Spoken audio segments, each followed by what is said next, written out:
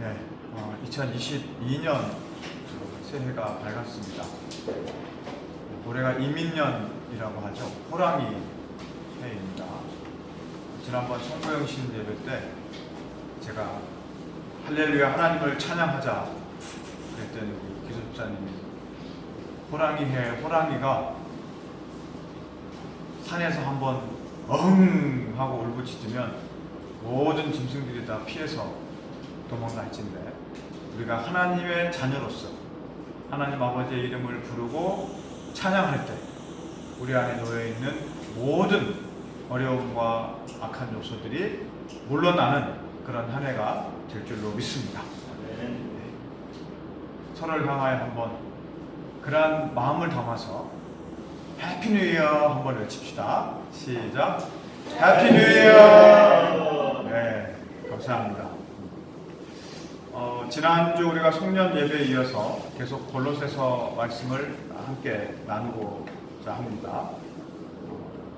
바울이 예수님 안에 뿌리를 내리는 신앙의 구체적인 내용들을 담아서 골로새서 3장에 말씀을 하고 있습니다. 이번 주 그리고 앞으로 3주에 걸쳐서 이 골로새서 말씀을 통해서 이 땅에 살아가고 있는 우리의 정체성을 좀 더 구체적으로 새김과 동시에 그런 정체성을 소유한 우리가 어떻게 살아야 할 것인가에 대한 좀 구체적인 방법의 말씀을 함께 나누어 보고자 합니다. 그래서 오늘 말씀의 제목을 위의 것을 찾으라 이렇게 정했습니다. 자, 1절을 한번 보실까요? 그러므로 너희가 그리스도와 함께 다시 살리심을 받았으면 위의 것을 찾으라.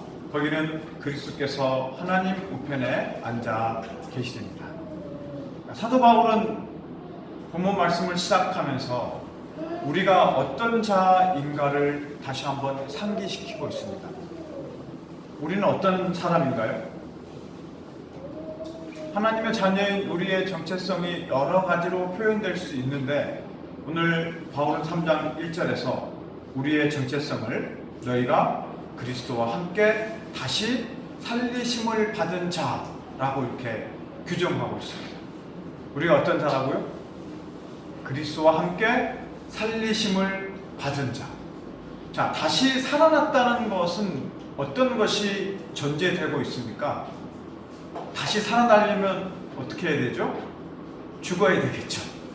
어떤 것으로부터 죽어서 또한 어떤 모습으로 다시 살아났다는 것. 자, 그러면 우리는 무엇으로 죽었고 또 무엇으로 다시 살아난 존재가 되었는가? 너무나 잘 알고 있죠. 성경은 우리가 예수님의 십자가의 죽으심을 통해서 우리도 그와 함께 죽었다고 선언합니다. 동시에 예수님이 부활하셔서 다시 살아나신 것처럼 우리도 그리스도의 생명으로 다시 살아난 존재라고 선언하고 있습니다. 그래서 우리는 어떤 자인가? 죄로 인하여 죽었고 다시 예수의 부활 생명으로 살아난 자들입니다. 한마디로 얘기해서 지금 바울이 정의하고 있는 신자의 정체성, 우리의 정체성은 죄에서 죽고 그리스도와 함께 다시 살아난 존재. 한마디로 그리스도 예수와 연합된 존재라고 얘기하고 있는 것이죠. 자, 연합이 무엇인가요? 하나가 또 다른 하나와 합쳐져서, 그죠? 또 새로운 하나가 된 것이 연합입니다. 자, 그러면 그리스도와 함께 연합되었다는 것은 무엇을 의미할까요? 그것은 그리스도 안에 있는 생명과 우리의 생명이 하나로 연결되어졌고, 그리스도 안에 있는 새로운 호흡과 우리의 호흡이 하나로 연결되어져서 우리의 숨이 주님과 함께 숨쉬고 있다는 거예요. 그리스도와 함께 먹고 마시고 그와 함께 생각하고 그와 함께 행동하고, 한마디로 얘기해서 그리스도 예수와 온전히 하나로 연결된 새로운 생명을 우리가 갖게 되었다는 것입니다. 아멘입니까? 이게 지금 너무나 중요한 내용이죠.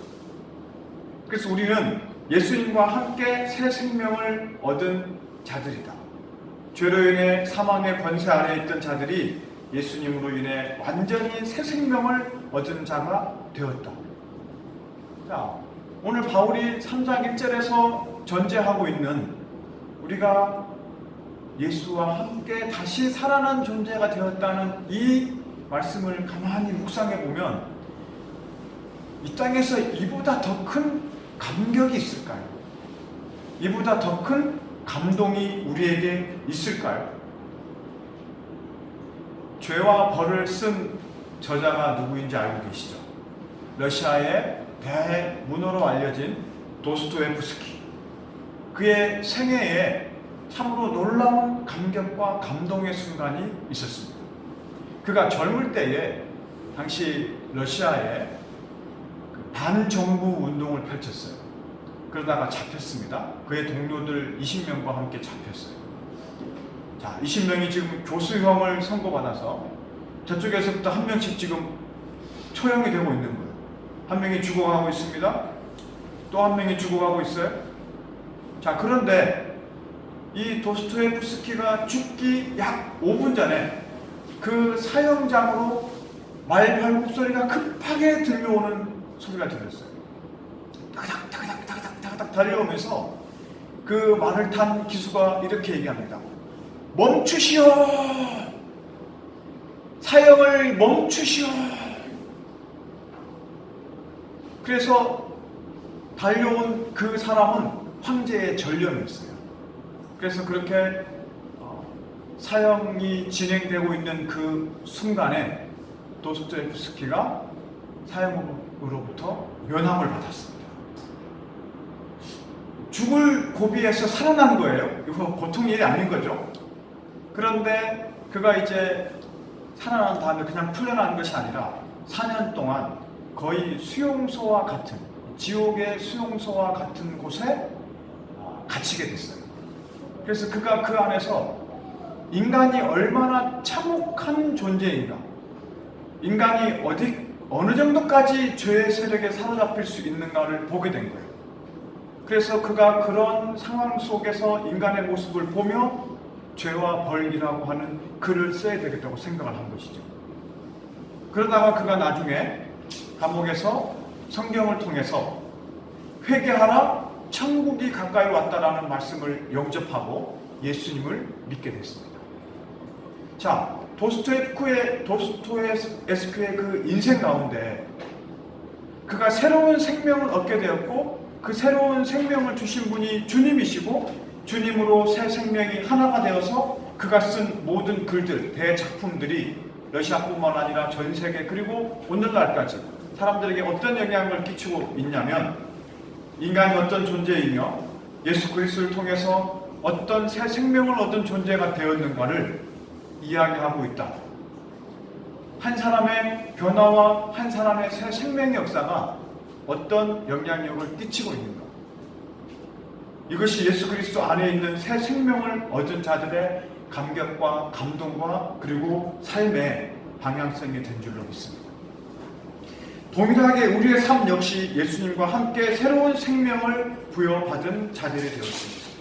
우리가 이것을 인식하는 것이 얼마나 중요한가. 그것은 내가 누구인가를 아는 것을 뛰어넘어서 이제 내가 어떻게 살아가야 하는가에 대한 원동력을 가져다 주는 정말 중요한 정체성이 되는 것이죠. 우리 어릴 때 동화를 읽어보면 그런 동화책 기억나십니까?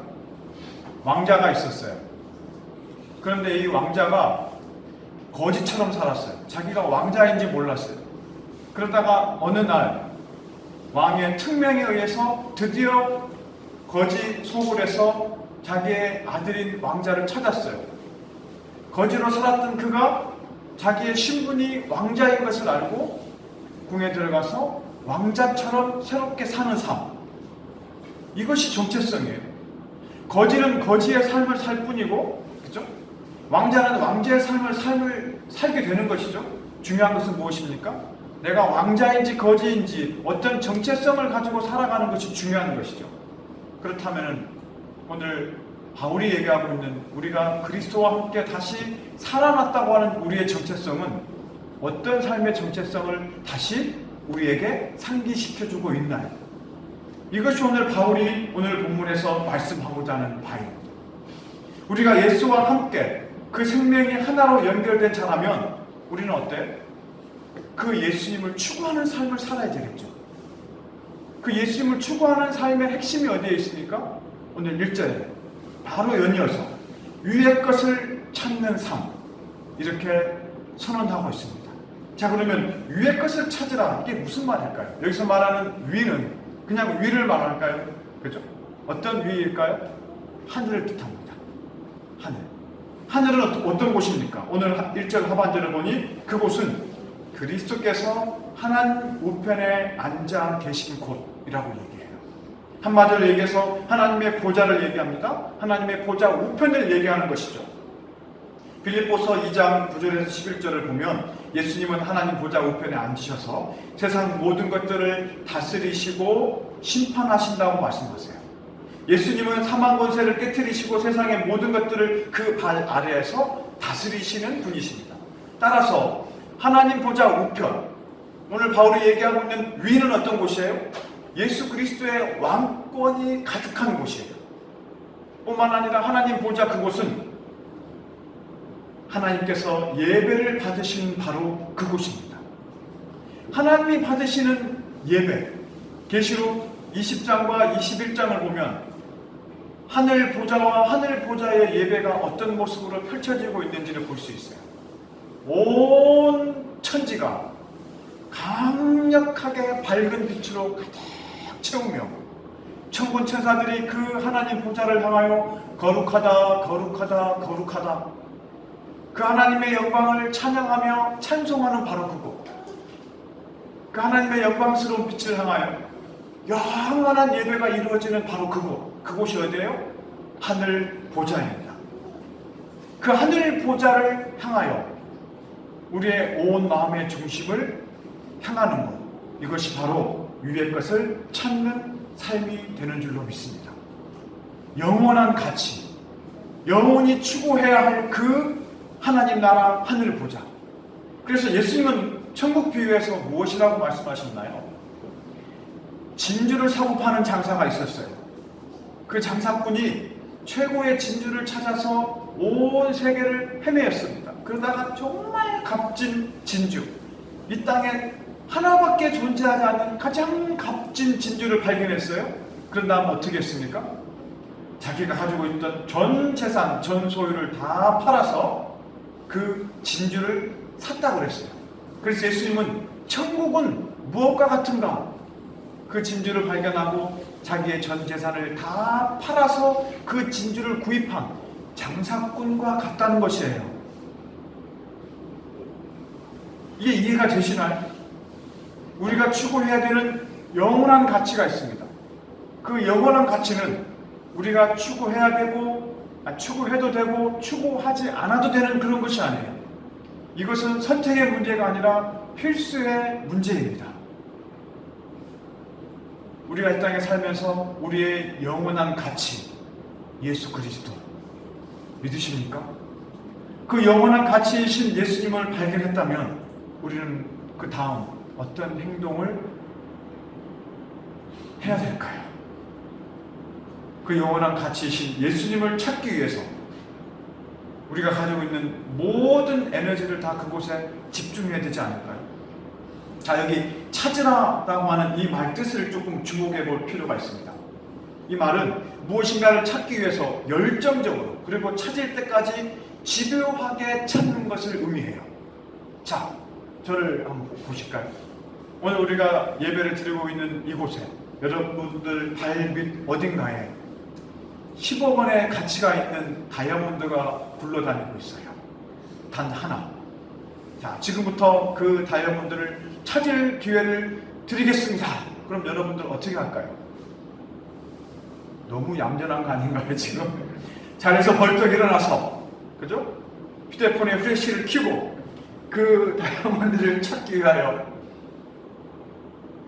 우리가 가지고 있는 온 신경을 집중하지 않을까요? 무엇인가를 찾는다는 것. 찾는다는 것은 찾는 대상에 우리의 온 마음을 집중시키는 것이죠. 그래서 찾으라라고 이 말씀은 마음을 그곳에 집중시켜라 라는 의미로 해석이 됩니다. 혹시 영어 성경을 가지고 계신 분들이 있을까요? 1절 하반절을 보면 Set your heart on things above 이렇게 되어 있어요. 우리의 마음을 그 하늘 위에 하나님 보좌 최고의 가치, 영원한 가치이신 예수 그리스도 그분께 집중시키라는 것이에요. 우리의 마음을 그곳에 두라는 것입니다. 그럴 때 어떤 일이 일어날까요? 우리가 찾고자 하는 그 대상을 통해서 우리 인생에 살아갈 수 있는 의미와 목적이 우리 삶 가운데 부여되는 줄을 믿습니다. 오늘 새벽에 저는 아주 곤란하면서도 독특한 경험을 했습니다. 새벽 3시 반쯤에 화장실을 가기 위해서 잠이 깼어요. 근데 저희 집 화장실 문이 갑자기 안 열리는 거예요. 혹시 이게 안에서 잠겼나? 그래서 열쇠를 찾는데 화장실 열쇠를 어디 뒀는지 기억이 안 나요. 혹시 여러분들은 어떻습니까? 가정에 화장실 열쇠 어디다가 잘 두시나요? 그래서 자는 아내를 깨웠습니다. 화장실 열쇠가 어디 있느냐? 그 열쇠를 막 찾았어요. 그래서 열었는데 아니 화장실 열쇠와 관계없이 문고리가 안 열리는 거예요. 이런 황당한 경우를 제가 처음 경험해보는 것이죠. 문이 열리지가 않아요. 어떻게 해야 될까? 고민을 하다가 저희 집 화장실은 베란다를 통해서 들어갈 수 있는 조그마한 창문이 바깥쪽에 있습니다. 그 창문을 반대로 들어가서 뜯고 거기를 그냥 어렵게 들어갔어요. 그래 안에 들어가서 문을 열려고 하는데 안 열리는 거예요. 저는 화장실에 갇혀있고 제 아내는 밖에 있고 이 상황을 어떻게 해야 될까? 방법이 없었습니다. 다시 또 그 창문을 끼워서 나왔어요. 밖에 나와서 시도를 하다가 안 됐어요. 그러기를 2-3번 반복을 하다가 안 되겠다. 문고리 자체를 손잡이를 아예 풀면 열리겠지. 풀었는데도 안 열리는 거예요. 그렇게 새벽에 2시간을 화장실 문고리를 붙잡고 실갱이를 하다가 안 되겠다. 오늘 주일을 섬겨야 되는데 이야. 그래서 새벽에 5시 반에 그걸 찾아서 시끄럽게 하면 옆집이 깨잖아요. 8시가 될 때까지 기다렸습니다. 그래서 그 방법을 통해서 드디어 문을 열었어요. 문이 열리는 그때 감격스러움. 이야. 무엇인가를 찾는다는 것은 제가 그래서 오늘 말씀을 묵상하다가 무엇인가를 찾는다는 것은 절박하지 않으면 안 되는 거예요. 그 절박함이 내가 찾는 그 대상에 열리는 감격을 주는구나. 우리가 이 땅에 살아가면서 우리 인생의 절박함을 언제 어느 때 느낍니까? 내가 반드시 해결하지 안 되는 문제, 그죠?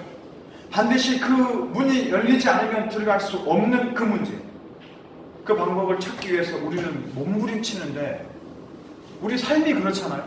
그런데 우리 인생의 모든 문제 해결자 되시고 영원한 가치이신 그 예수님을 찾기 위한 우리의 몸부림이 어떻게 펼쳐지고 있는가를 오늘 말씀을 통해서 다시 한번 마음에 새길 수 있기를 기도합니다. 자, 우리가 그렇게 정말 중요한 것들을 찾기 위해 몸부림치는 것처럼 우리의 마음이 그 찾는 대상에 집중되는 것처럼 우리의 중심이 예수님이 계신 그곳에 고정되어야 할 줄을 믿습니다. 우리의 영원한 예배의 대상이신 예수님, 영원히 우리의 찬양을 받으시는 예수님, 우리의 왕이신 예수님께 우리의 마음을 고정시켜야 합니다. 자, 그런데요, 바울은 2절에서 이 문제를 조금 더 구체화시키고 있습니다. 2절을 보실까요? 자, 위의 것을 생각하고 땅의 것을 생각하지 말라. 자, 어떤 것을 생각해야 되고 어떤 것을 생각하지 말라고 하는데요, 이 생각이라는 말이 2번 반복되고 있습니다. 원래 이 생각하다라는 이 말의 원어적인 의미는 무엇이냐면, 자, 말을 막 열심히 타고 가요. 그러다가 그 말에서 내렸어요. 내린 다음에 어떤 행동을 보이나요? 그 말의 고삐를 한 기둥에 매죠. 왜요? 말 고삐를 매지 않으면 말이 그냥 어디론가 가버리기 때문에. 그래서 이 생각하다라고 하는 이 말은 말 고삐를 아주 단단하게 매다, 단단하게 묶다 하는 의미가 있습니다. 자, 그렇다면 위의 것을 생각하고 하는 것은 뭘까요? 위의 것에 우리의 마음을 단단하게 묶어내야 된다는 것이죠. 그리고 땅의 것에 우리의 마음을 묶어내지 말라라고 이 말씀을 풀이할 수 있겠습니다.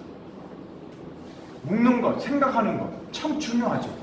우리의 생각이 왜 중요할까요? 우리의 생각은 우리의 감정과 우리의 행동을 처음부터 주관하는 중심축이에요.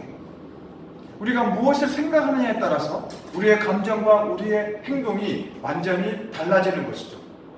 그래서 위에 계신 예수 그리스도 그분께 우리의 생각, 우리의 마음, 우리의 행동을 단단히 묶어낼 때 우리의 삶이 더 이상 흔들리지 않습니다. 우리의 마음이 더 이상 흩어지지 않아요. 그런데 땅의 것에 우리의 생각이 매이면 어떻게 될까요? 이것이 핵심이에요. 자, 그러면 땅의 것은 무엇을 의미하나? 땅의 것을 생각하지 말라고 그랬잖아요. 땅의 것, 오늘 5절, 6절 한번 보실까요? 그러므로 땅에 있는 지체를 죽이라. 이게 땅의 것입니다. 곧 음란과 부정과 사욕과 악한 정욕과 탐심이니 탐심은 우상 숭배니라. 이것들로 말미암아 하나님의 진노가 임하느니라. 자, 이 모든 것들은 오늘 본문에 기록된 5절, 6절에 땅의 것, 땅에 있는 지체, 요걸 딱 한 단어로 얘기하면 무엇이라고 표현할 수 있을까요? 인간이 가지고 있는 욕심입니다. 인간 안에 있는 욕구죠. 땅의 것을 추구하는 순간 우리가 가지고 있는 욕구와 욕심에 우리의 마음이 붙들리고 사로잡힐 수밖에 없습니다. 그런데 그 욕심의 결과가 무엇인가요? 우상숭배라고 얘기합니다. 우상숭배는 하나님의 진노의 대상이 될 수밖에 없다고 말씀하고 있습니다. 참 아이러니하게도요, 우리 신자들의 정체성은 하늘의 시민권을 두고 있어요. 이게 참 중요하죠. 그런데 동시에 두 다리는 이 땅을 디디며 살아가요. 그래서 우리의 마음속에는 늘 이 두 가지가 충돌해요. 하나님의 자녀로서 하나님을 추구하고 예수 그리스도를 찾기 위한 몸부림이 있는 동시에 이 땅에서 우리가 어떻게 살아갈 것인가를 고민하지 않으면 안 되는 것이 바로 우리 존재라는 것이죠. 그래서 우리에게 끊임없이 다가오는 욕구와 욕심을 떨치기가 얼마나 어려운지 모릅니다. 저는 가끔씩 모임이 있을 때나 결혼식에 가서 뷔페 식당을 가죠. 뷔페 식당에 가서 음식을 먹고 나올 때마다 늘 후회를 해요. 여러분 어떻습니까? 먹을 때 참 맛있어요. 그런데 먹을 게 너무 많아서 배가 부르고 부를 때까지 먹죠. 그리고 나면 소화가 안 돼서 참 곤란한 경험들을 하게 되죠. 인간이 가지고 있는 욕심이 어디 이것뿐일까요? 먹는 것, 입는 것, 소유하는 것, 어떤 자리에, 어떤 위치에 오르는 것, 내가 되고자 하는 것, 이 땅에 우리가 가지고 있는 인간의 모든 것들이 욕심 덩어리가 아닐까요? 끊임없이 내 안에서 올라오는 이 욕심들을 우리가 어떻게 제어하고 다스리고 극복해 갈 수 있겠는가? 오늘 사도 바울은 이러한 땅의 것들을 생각하는 것을 극복하기 위한 방법을 3절에서 말씀을 하고 있습니다. 자, 3절 같이 한번 읽어볼까요? 시작. 이는 너희가 죽었고 너희 생명이 그리스도와 함께 하나님 안에 감추어졌음이라. 바울이 무엇이라고 얘기합니까? 우리가 땅에 있는 이 욕심들을 죽일 수 있는 방법이 뭐예요? 극복할 수 있는 방법이 뭐예요? 너희가 죽었다고 선언해야 된다는 거예요. 죽었다. 뭐에 대하여 죽었다는 것입니까? 우리가 죄에 대하여, 우리의 욕심에 대하여, 끊임없는 욕구에 대하여 우리는 죽었다고 얘기하는 것입니다. 죽었다는 것이 인식될 때 우리 가운데 어떤 일이 벌어질까요? 죽은 자의 특징이 무엇입니까? 자, 공동묘지에 가본 적이 있으시죠? 그곳에 가서 죽은 자들의 이름을 10번, 100번, 1000번 부른다고 그들이 반응할까요? 결코 반응하지 않죠. 죽은 자들의 특징은 반응이 없다는 거예요. 그럼 우리가 죄에 대하여 죽었습니다. 욕심에 대하여 죽었습니다. 그 말은 우리가 더 이상 죄에 대하여 우리 안에 있는 끌어오르는 그 유혹의 욕심들에 더 이상 반응하지 않게 되었다는 것입니다. 우리가 이것을 알면서도 잘 되지 않는 여러 이유들이 있어요. 이 땅에 살아가면서. 왜 그래요? 그것은 오늘 3절에서 얘기할 때 우리 안에 있는 그리스도의 생명이 하나님 안에서 감추어져 있기 때문에 그렇다는 거예요. 내 안에 그리스도의 생명이 감춰져 있습니다. 마치 보물찾기 하는 것처럼 가만히 그냥 찾으면 잘 안 보여요. 열심히 무엇인가를 뒤집어서 찾아야만이 찾을 수 있는, 그래야만이 보일 수 있는 그것이 우리의 삶이에요. 그래서 우리는 어떻게 해야 됩니까? 이 땅에 살아가면서 내 눈에 보이는 이 땅의 유혹과 욕구와 욕심들을 억누른 채 내 안에 있는 잘 보이지 않지만 반드시 존재하는 그리스도의 생명을 찾기 위한 노력이 우리 안에 있어야 된다는 것입니다. 세상 살다 보면은요, 지난 한 해를 마무리하고 새해를 시작할 때 여러 목표들이 있겠죠. 여러 기도 제목들이 있겠죠. 그런데 그 가운데 세상의 값어치, 세상에서 귀하다고 생각하는 것들, 세상의 가치관들이 더 잘 보이나요? 잘 안 보이나요? 더 잘 보입니다. 그래서 그것들을 따라가지 못하면 내가 패배한 것 같고 뒤처진 것 같고 실패한 것 같고, 그래서 우리는 끊임없이 세상과 또 다른 사람들과 비교하게 되죠. 나도 그렇게 살고 싶죠. 인간의 마음이 어떻습니까? 앉아있으면 서 있으면 앉고 싶고요, 앉아있으면 눕고 싶고요, 누우면 자고 싶고요. 자도 어때요? 한 10평 집에 살다가 조금 살만해지면 한 30평 집에 살고, 한 30평 집에 살면 60평 집에 살고 싶고요, 60평 집에 살다가 한 120평 되는 마당에 있는 저택에 살고 싶고요. 끊임없는 인간 안에 다가오는 욕구와 욕심, 그리고 나보다 조금 더 잘 사는 것처럼 보이는 그것이 우리의 욕심의 핵심이 아닐까요? 어떤 유명한 강사분이 이렇게 얘기하더라고요. 인간은 끊임없이 잘 살고 싶어 하는데 잘 사는 기준이 무엇이냐고 물었습니다. 뭐가 잘 사는 기준일까요? 사람들은 이렇게 얘기해요.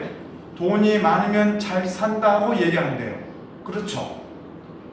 그런데 실제로 돈 많은 사람이 잘 살고 있나요? 그렇지 않다는 것이죠.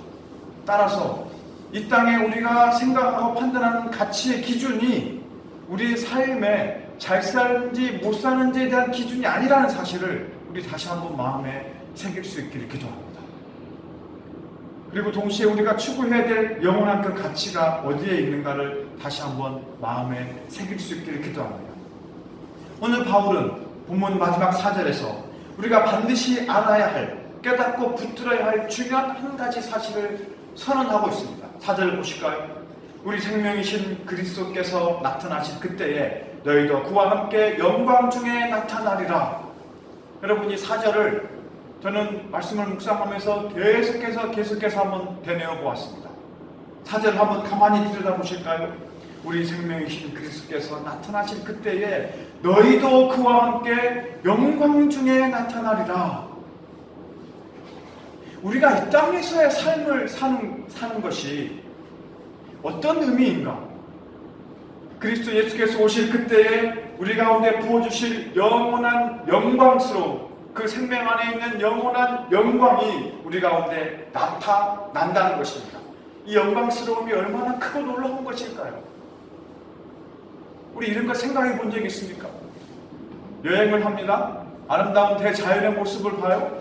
그럴 때 그 자연의 가장 아름다운 모습을 볼 때 우리는 어떻습니까? 감탄과 막 탄성이 나오죠. 이야, 원더풀, 뷰티풀, 그레이트 네이션을 막 외치지 않습니까?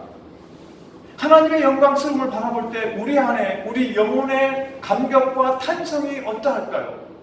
우리 몸 안에 있는 영혼의 모든 세포들이 그 하나님의 영광스러움을 향하여 쫙 할렐루야를 외치며 그렇게 나타내지 않을까요?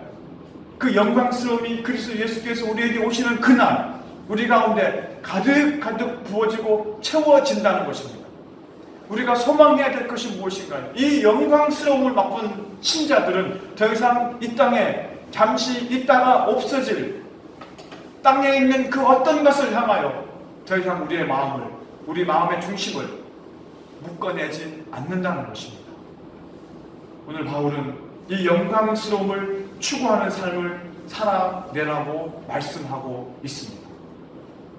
그 영광스러움에 우리의 마음의 중심을 묶어내는 것, 그 위의 것을 찾는 것, 그것이 바로 우리 신자들의 삶인 것이죠. 그렇다면 우리가 어떻게 그 영광스러움에 예수 그리스도 보좌 우편 그 자리에 우리의 마음을 묶어낼 수 있을 것인가? 이 땅에서 어떻게 그 삶을 살아낼 수 있을 것인가? 저는 말씀을 묵상하면서 제 안에 딱 한 문장이 떠올려졌습니다. 이 땅에 살아가면서 때마다 우리가 무엇을 생각해야 할 것인가? 그 질문. 예수님이라면 어떻게 하셨을까? What would Jesus do? 예수님이라면 어떻게 하실까?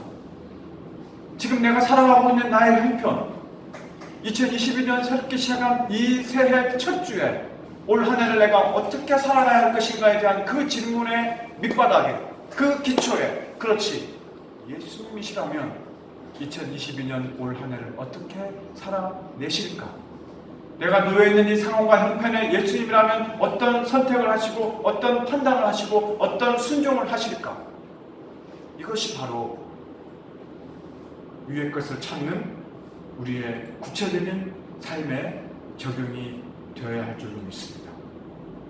이것을 한마디로 표현하면 예수님 앞에 서 있는 그 예수님을 의식하는 삶. 우리 살면서 예수님을 얼마나 의식하나요? 매 순간순간마다 예수님을 의식하며 살기는 어렵겠죠, 그죠? 그러나 정말 중요한 순간마다, 아침에 눈을 떴을 때, 저녁에 눈을 감기 전에, 내 마음의 어떤 선택의 순간, 내가 기도를 해야 되는 순간, 이 예수님을 의식하는 삶을 우리가 붙잡을 때 예수님 중심의 삶을 살아내게 하실 줄로 믿습니다. 이것이 우리가 신앙이 살아있다는 증거가 되겠죠. 저는 오늘 설교문에 제가 딱 그 문장을 썼는데 너무나도 신비하게 오늘 기술자님 대표 기도 가운데 똑같은 기도를 딱 하는 거예요. 바다의 물고기가 살아있다는 것이 무엇입니까? 살아있는 고기는 결코 짜릿짠 바닷물에 절여지지 않습니다. 죽은 고기만이 절여지는 것이죠. 그죠? 우리가 예수 그리스도의 생명으로 이 땅에서 살아있다는 것, 그것은 예수의 생명으로 이 땅에 있는 욕구와 욕심과 유혹에 더 이상 매이지 않은 채, 그것들로 채워지지 않는 채, 그것에 영향을 받으나 결코 그 영향 가운데 침몰하지 않는 삶을 우리가 살아내게 될 줄로 믿습니다. 찬송가 94장 주 예수보다 더 귀한 것은 없네. 이 찬송가 가사를 다시 한번 저는 마음에 되뇌기면서 주 예수보다 더 귀한 것은 없는 이 땅에서의 삶, 우리의 삶을 우리 마음에 한번 구체적으로 새기는 2022년이 될 수 있기를 기도합니다. 예수님께 우리 마음의 중심을 굳게 붙들어 매고 예수님을 의식하며 위의 것을 끊임없이 추구하며 찾는 2022년 한 해, 올 한 해가 우리 모두에게, 모든 성도들에게, 우리 교회와 이 시대에 있는 우리 신자들의 삶 가운데 그렇게 나타나게 하시기를 주님의 이름으로 축복합니다. 기도하겠습니다.